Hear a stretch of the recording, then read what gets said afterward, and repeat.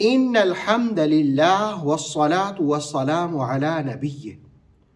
اللہ رب العالمین نے کائنات میں ایک ایسی زبردست تخلیق فرمائی کہ دنیا کا ہر انسان اس سے بے شمار طریقے سے فائدے اٹھا رہا ہے۔ اس کا تذکرہ اللہ رب العالمین نے سورہ رحمان کی آیت نمبر 10 میں فرمایا، اور اسی کی تفسیر میں مفسر قرآن قبلہ شاہ جی نے اپنی تفسیر تبصرہ کے اندر ایک اپنا مشاہدہ بیان کیا۔ اس کا ذکر بھی ہم آگے چل کر کرتے ہیں۔ پہلی آیت کا ترجمہ ملاحظہ کیجئے۔ وَالْأَرْضَ، اور زمین کو، وَدَعَهَا، مسخر کر دیا، لِلْأَنَام، مخلوق کے لیے۔ وَالْأَرْضَ وَدَعَهَا لِلْأَنَام، اور زمین کو مسخر کر دیا مخلوق کے لیے۔ وَدَعَ، راغب اصفہانی فرماتے ہیں کہ اللہ نے زمین کو اس طرح بنایا کہ ہر جاندار اس میں آرام اور سکون سے زندگی بسر کر سکے۔ اس میں ہوا، روشنی، پانی، آگ، اشیاء خورد و نوش اور آسائش و آرام کے تمام لوازمات فراہم کر دیے گئے۔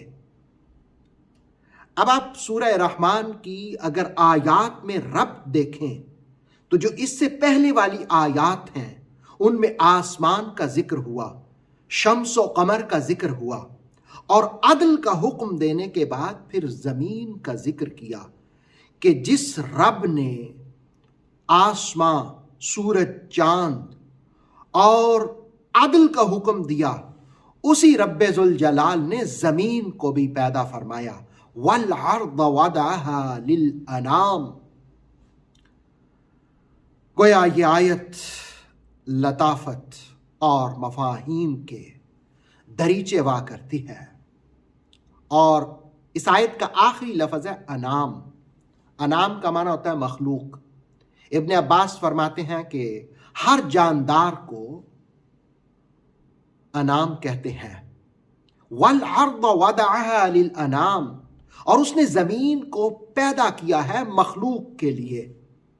دراصل انسان کو احساس دلایا کہ زمین اللہ کی ایک ایسی تخلیق ہے جس کو رب ذوالجلال نے ان گنت نعمتوں سے مالا مال فرمایا ہے، اور یہ تمام نعمتیں للانام، مخلوق کے لیے ہیں، مخلوق کے لیے پیدا کی گئی ہیں۔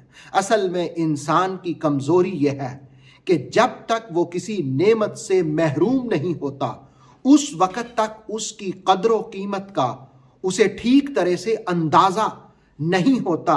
زمین کو اگر زلزلے کا جھٹکا پڑ جائے تو پھر اسے پتہ چلتا ہے کہ زمین گہوارہ رحمت ہے۔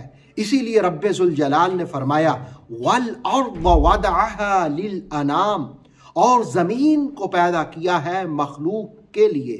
تفسیر تبصرہ میں مفسر قرآن علامہ سید ریاض حسین شاہ صاحب فرماتے ہیں کہ جس وقت اس تفسیر کی خیرات لینے کے لیے میں حرم کعبہ میں بیٹھا ہوا تھا، ساتھ چند ساتھی بھی تھے، تو ادھر رب سے التجا کر رہا تھا، اور مراقبے کی کیفیت میں مجھے ہجوم عاشقاں میں آواز آئی، وہ دیکھو علی کعبے کے اندر سے باہر آ رہے ہیں اور ہاتھ میں قرآن ہے، اور ان کی پیٹھ کے لیے اسماعیل علیہ السلام، ابراہیم علیہ السلام اور رحمت عالم صلی اللہ علیہ وآلہ وسلم ٹیک بنے ہوئے ہیں، یعنی ان کی پشت پر یہ عظیم شخصیات ہیں۔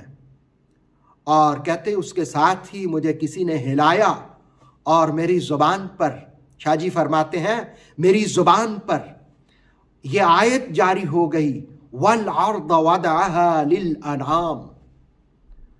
اللہ نے زندگی کے لیے، زندگی کا سبب بنا کر زمین کو وضع کر دیا ہے۔ زمین پر بسنے والوں، تراب الارض پر بسنے والوں، ابو تراب ہی روحانی قیادت کا بندوبست فرما سکتے ہیں، اور قیامت تک ان کی اولاد جن کے ہاتھوں میں قرآن ہے، قرآن اور اہل بیت انسانیت کی رہنمائی اور قیادت کر رہے ہیں۔ وَالْأَرْضَ وَضَعَهَا لِلْأَنَامِ، اور زمین کو پیدا کیا مخلوق کے لیے۔